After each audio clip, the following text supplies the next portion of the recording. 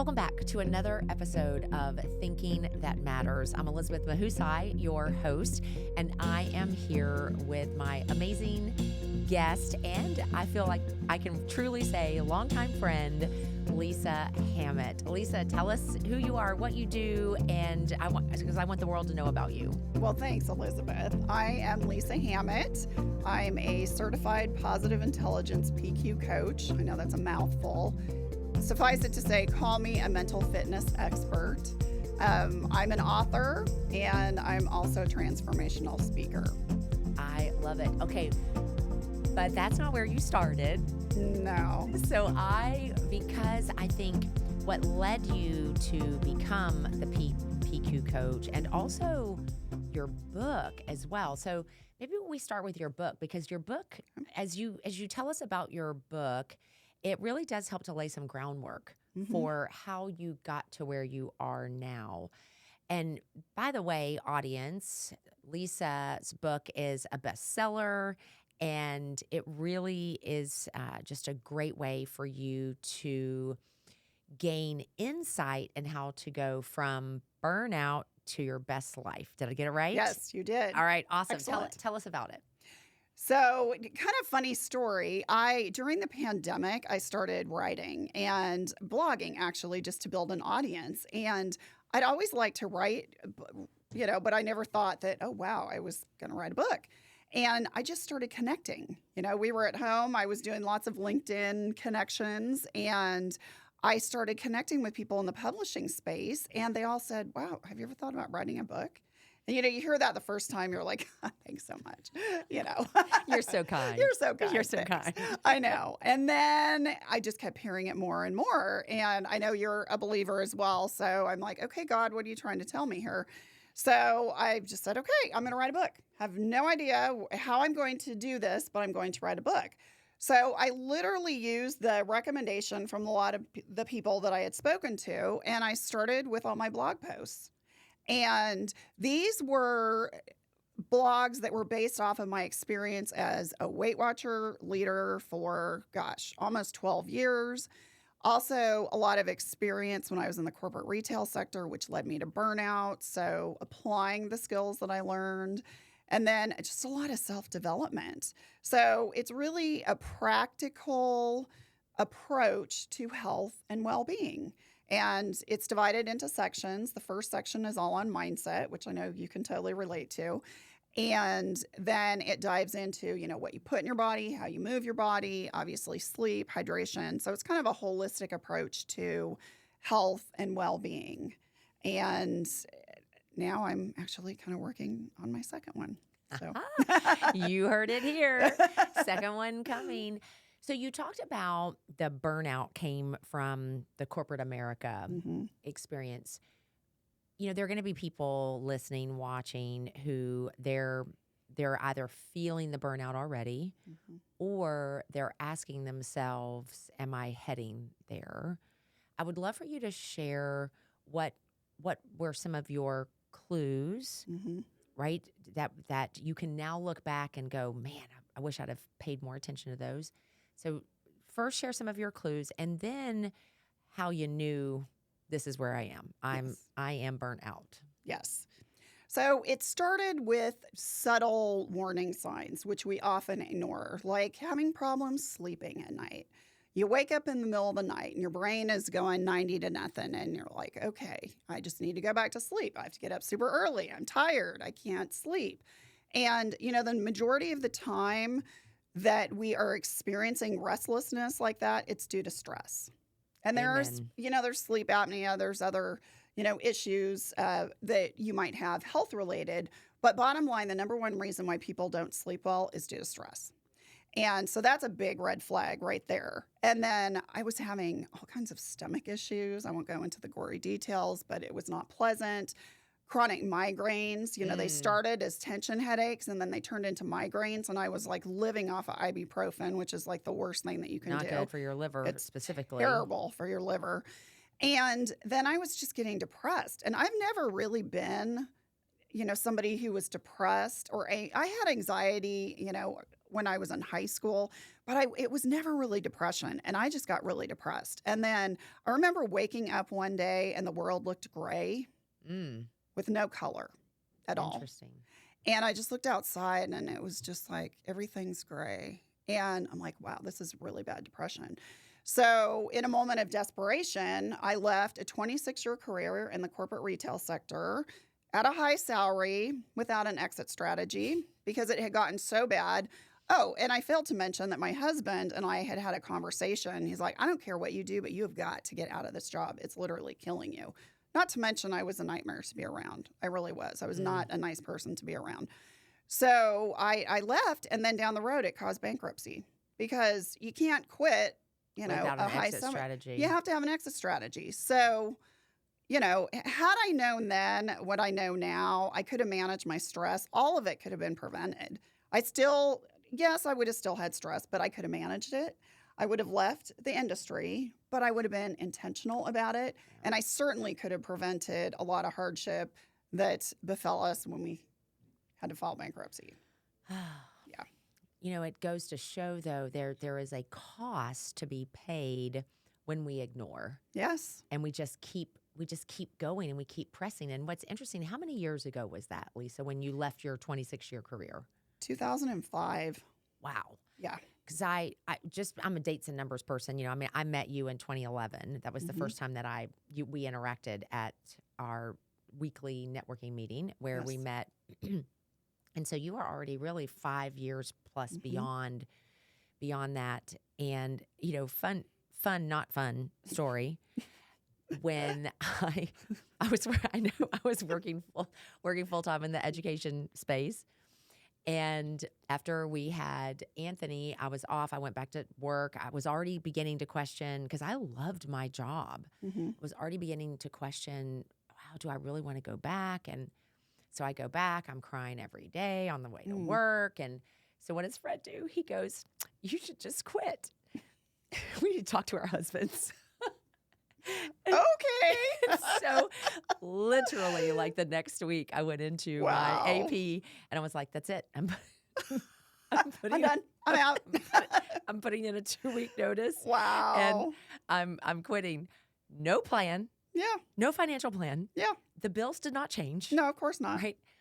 Now, bankruptcy was not part of our story, but it did leave us scrambling Mm-hmm. with, trying to figure it out. Yeah. And so I'm just appreciating the fact that when you said, you left with no real exit strategy, because I too look back and I think, I probably could have managed that better. I could have said, let's get through the end of the school year. Let's bank all the money. There's so many things that we could have done, but we did not do. But at the same time, I think your experience, like when you think through how quitting, the bankruptcy, the pain, the heartache, like in what way did that shape how the book turned out? Well, when I left the corporate sector and I went through that ordeal, I went on a huge self-development journey, because I had become 65 pounds overweight and I was unhealthy. So I had to reclaim my health and well-being. And my mindset was a huge piece of that because I was that person. I had allowed myself to become that person that you can't stand to be around, who is just negative all the time because they're so miserable. They play the victim. And I'm like, I can't even, that doesn't even seem possible that I was that person. But, when you get really depressed and when you're stuck in a really painful situation and your mindset just completely goes, things like this happen. Yeah. They do. And you feel like you're stuck between a rock and a hard place. And that's why when you get to that point, you make these drastic decisions, which can have lasting implications. And that's why I'm so passionate about helping people before they get to that point. And that's why I felt compelled, to share a lot of tips and techniques in my book to hopefully have people create awareness that, okay, you know what, I'm on this path And if I continue on this path, I could be where Lisa was, or I could be worse. Yeah, and it's I mean, even for me, I've known you for 13 plus years, probably our friendship has more developed in even say the last 7 or 8, but even from observing you, let's say across the room, never would I have thought like described you as negative or difficult Yeah. to be around or so it's very clear that when you as you engaged in that self-development that it really made a big difference. And knowing this, because in some ways, one of the things I love doing I love interviewing people for the podcast is oftentimes you learn things that you didn't even really, necessarily know. So when I think I've said to you on multiple occasions, and I would say to the audience, you are one of the most resilient people that I know because we both were in the direct sales space and I watched you navigate multiple companies closing, restarting with a new company. These are things all outside of your control. Mm-hmm. And I watched you navigate those like a champ. Thank And you. so I have said to Lisa, I hope on more than one occasion, so I'll say it to you now, one of the most resilient people that I know because having invested so much of my own life in that direct sales space, I know what it takes to build a successful business and to have it just pulled out from under you is so challenging. So that your backstory just helps bring more color to that, and just grateful that you did decide to take the plunge, write the book, and in the meantime, you became a success coach. I did. Right. So what had you thinking? I'm going to shift from the direct sales space. You're in the process of writing the book to opening your success coach business. Yeah, that's a great question. Well, the pandemic happened, quite frankly. Hello. So I was with a jewelry company and it closed its doors during the pandemic. And at some point I knew I would probably retire from direct sales, but I really loved what I was doing and I was starting to get into fundraising, and that was really Right. a great So experience. fulfilling. Very fulfilling. So I really enjoyed that. But the company closed and I completely understand, especially what I was selling. So for the viewers, I was selling higher end jewelry, not high end, but an average piece was maybe $150, $200. And you don't typically buy that kind of jewelry sight unseen, from a website. If you have purchased it in the past and you're familiar with the quality and that kind of Right. thing. So I totally understand why that happened. Well, it forced my hand, really. And my husband, God love my husband, for years he said, why don't you just go out on your own? Just, you know how to run a business. Go out and just do it. And I'll be honest, fear. Mhm. I'm like, well, I kind of have this safety net with a direct selling company and I can kind of run it like my own business. Yes, they do help in some areas, but it was really a safety net. And then it just got to the point of, what am I going to do? Well, I could jump to another direct selling company. I was done. I'm like, I'm sorry. I've reinvented myself so many times. Multiple times. I just can't do it again. So I leaned into my years at Weight Watchers, and I actually had people during the pandemic come up to me and say, would you coach me? Because they knew about my health and wellness journey. And they're like, I'm so stressed out. I need some help. And then it's like the divine intervention. Hello, God. Okay, so you've been leading me towards this. Yeah. You have. Look at your burnout story, because for the longest time, I'm like, why did I even go through 26 years of that? And then it all kind of fell into place. So I love it. So people Yeah. started asking you to coach them, and you struck out, built your own business. And of course, I think you had the book come out as well. But you mentioned something that I think is very important. You talked about fear is what had kept you from going ahead and going out on your own. And, I chuckled while you were speaking, not because what you were saying was funny, but I'm just, marveling at some of the parallels in absolutely. in our lives. Oh my word. It's really kind of crazy. It is funny. It's like we were separated at birth. We look so much alike. I mean, hello, it's uncanny, but I mean, I was selling jewelry, Yes. and the company had already started having issues, Yeah. and they closed at the end of that year that Yes. COVID happened. And so I became a coach. I know. It's So really funny. it really is. I marvel at it for sure. Okay, but back to you started your own business, success coach. I always like this whole podcast is around thinking that matters. That is my passion, helping people to cultivate better thinking.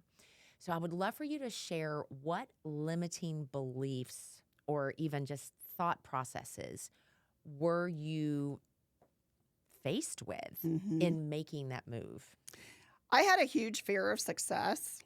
Interesting. Weird, I know. And I couldn't even believe this. But, a lot of it stemmed, we won't go into whole detail of this, but my mother had mental illness, and she was undiagnosed, really.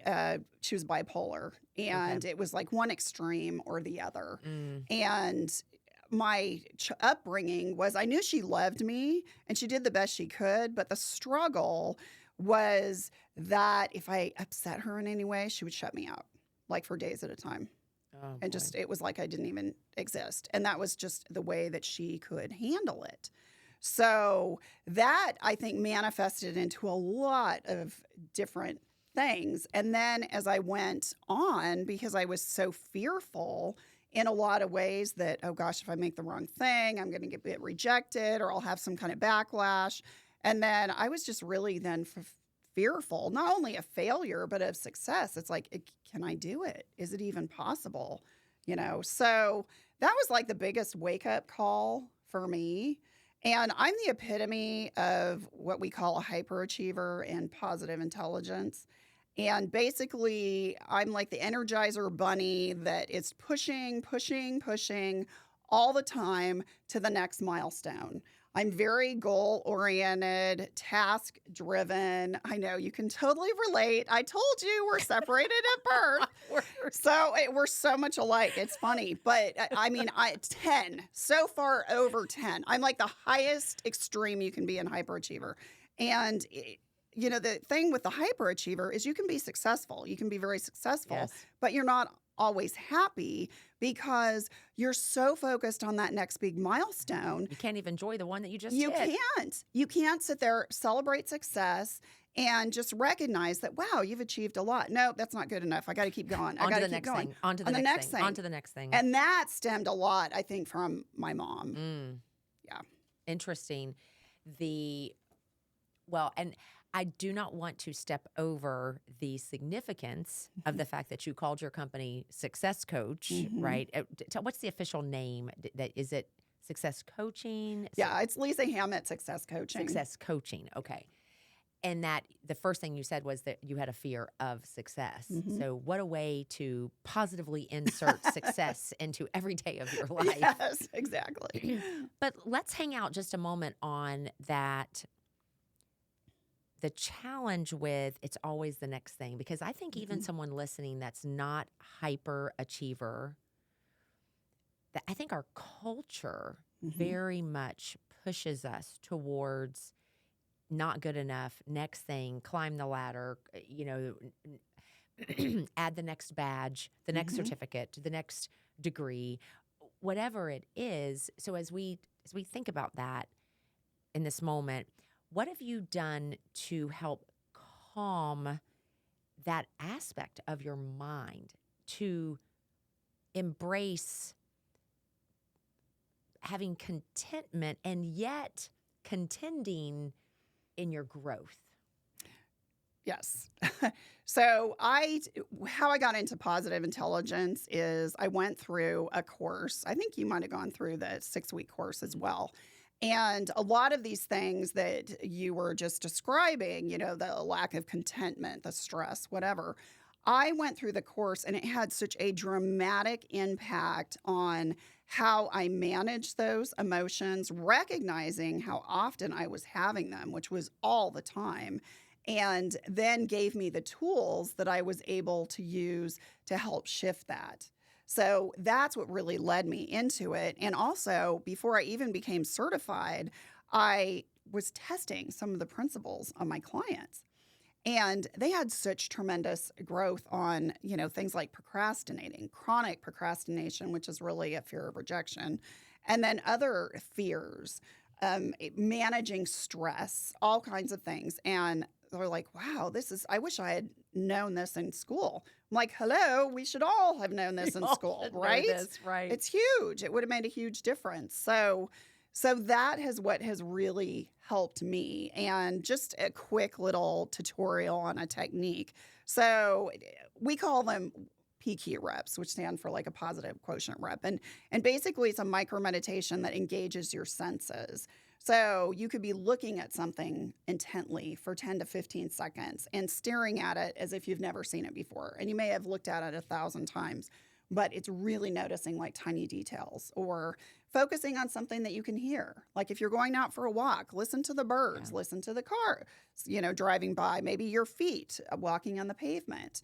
Or my coffee drinking in the morning is kind of a meditative experience because I have this really pretty mug that I have, and I love my coffee, and so I'll smell it and take a sip and feel the warmth, and it's really a matter of just being very present in the moment. And that, they seem silly, I know, but the simplest things can actually quiet all of those sabotaging thought patterns that cause us to react in just very dysfunctional ways. I love that. And so part of my morning routine is I'm a hot tea drinker. Yes. And I have the very special teacups. Yes. And the saucers. Yes. And, like I love the designs. Yes. I just told you. Oh, my word. We're separated at birth. Oh, my goodness. It's never going to be the same again. I'm just like, every time I see you, I'm going to think about that. I know, exactly. That's really, it just is, again, I'm marveling at that. But for the listening audience, I think this is super, super important that we have the ability to quiet our minds. Absolutely. And that is really part of the focus on the positive intelligence and the PQ reps and those aspects of it. And I do think it's important. Now, clearly you got your certification in the PQ, and in your book you give certain techniques and things like that, because the book was even before you did the PQ work, right? Yeah. So I would love for you to share, as you think about the person listening, like you just gave an example. Mm-hmm. What's a PQ rep that you have found effective for a variety of clients?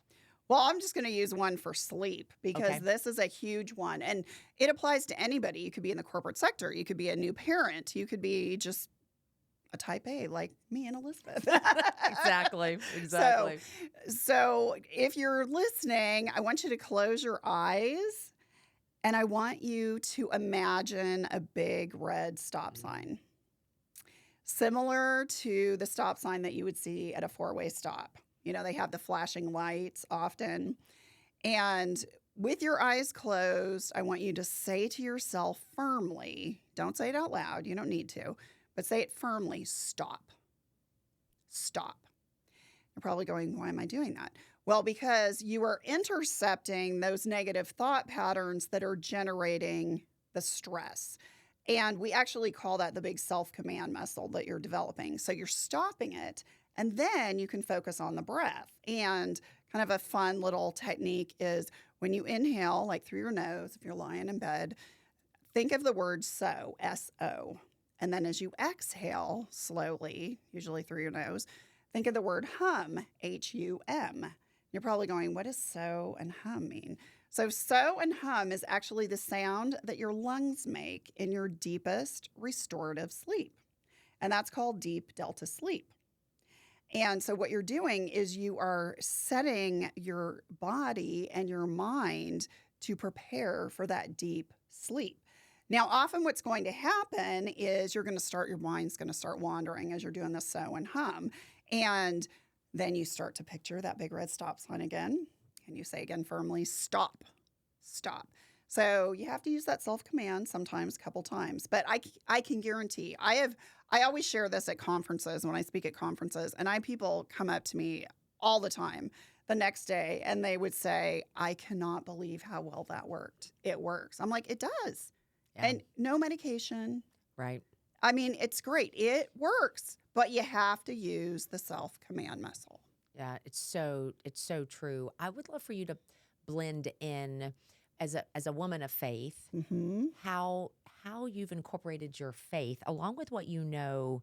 I like what you were just describing, the stop, like giving yourself the self-command. I refer to those often as pattern disruptors. Like we have to disrupt the pattern that is going on in our mind that is taking us down a path that we do not like or is not productive. Yep. But I would love to know how your faith has been part of not only your own living your best life, right? Going from burnout to best life, but also how you've taken those PQs and you've blended your faith in. Yes. Well, just in my morning routine, I do my devotionals and then I'm doing PQ reps in that as well. And it's a way of being present so that you can really, from a spiritual standpoint, whatever you believe in, I believe in God and Jesus. So it's helping me better focus on Him. If I find that I'm focusing on the wrong things or, those disruptors you were talking about, I use that stop all the time.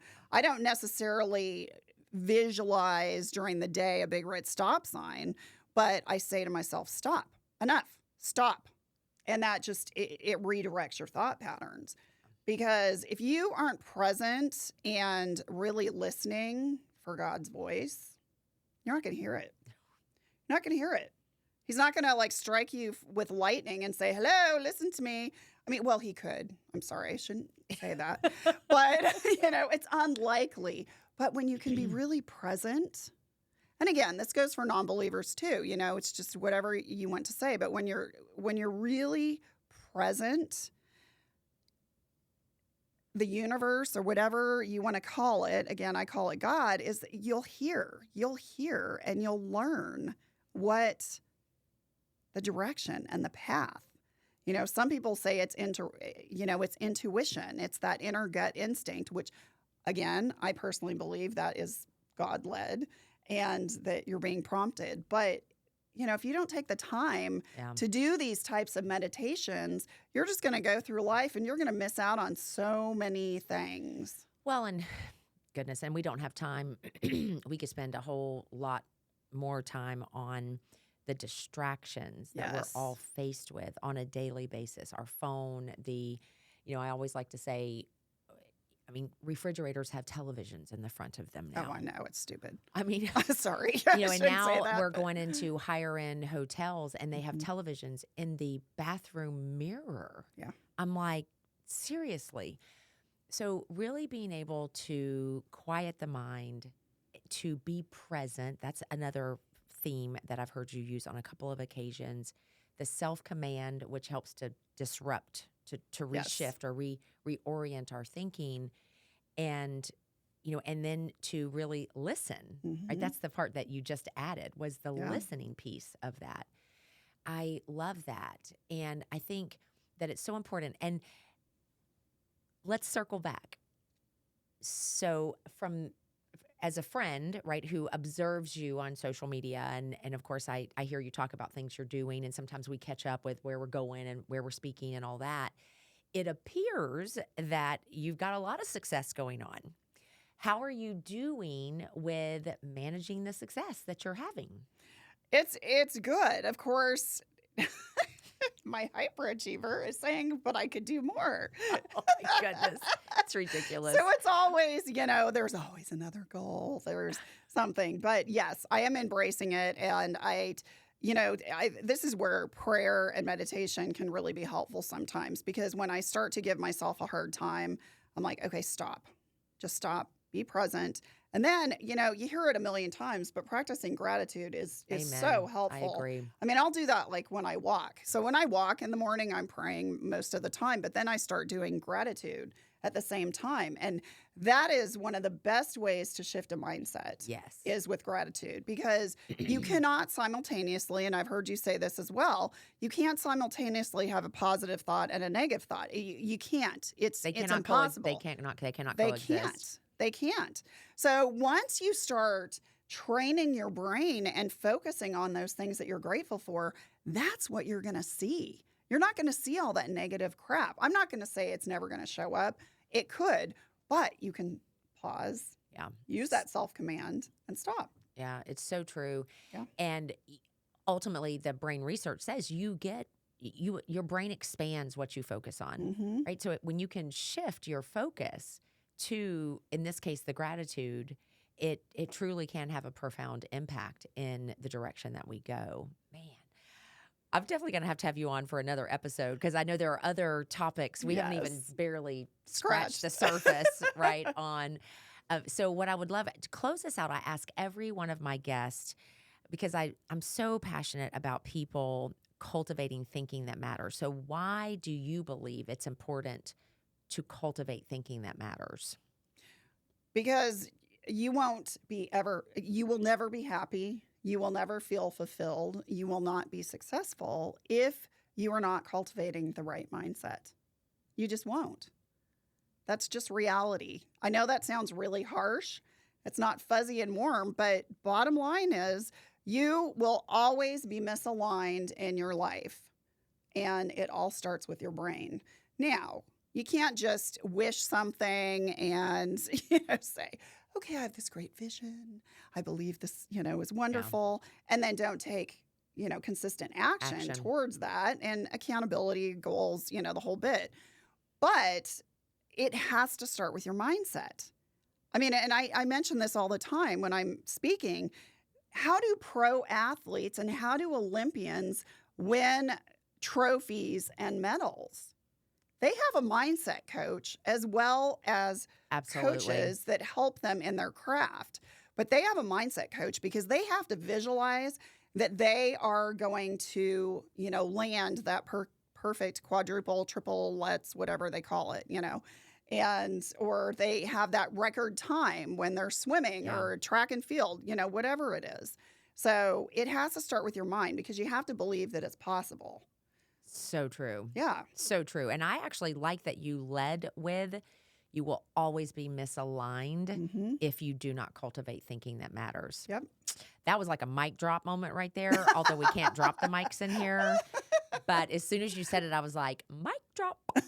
Right there, baby. Right there, because it is so true. Well, thank you so much, Lisa.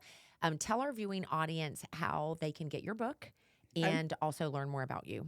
The best way is just go to my website. It's real easy. Lisa, Lisa, Hammett, HAMMETT.com.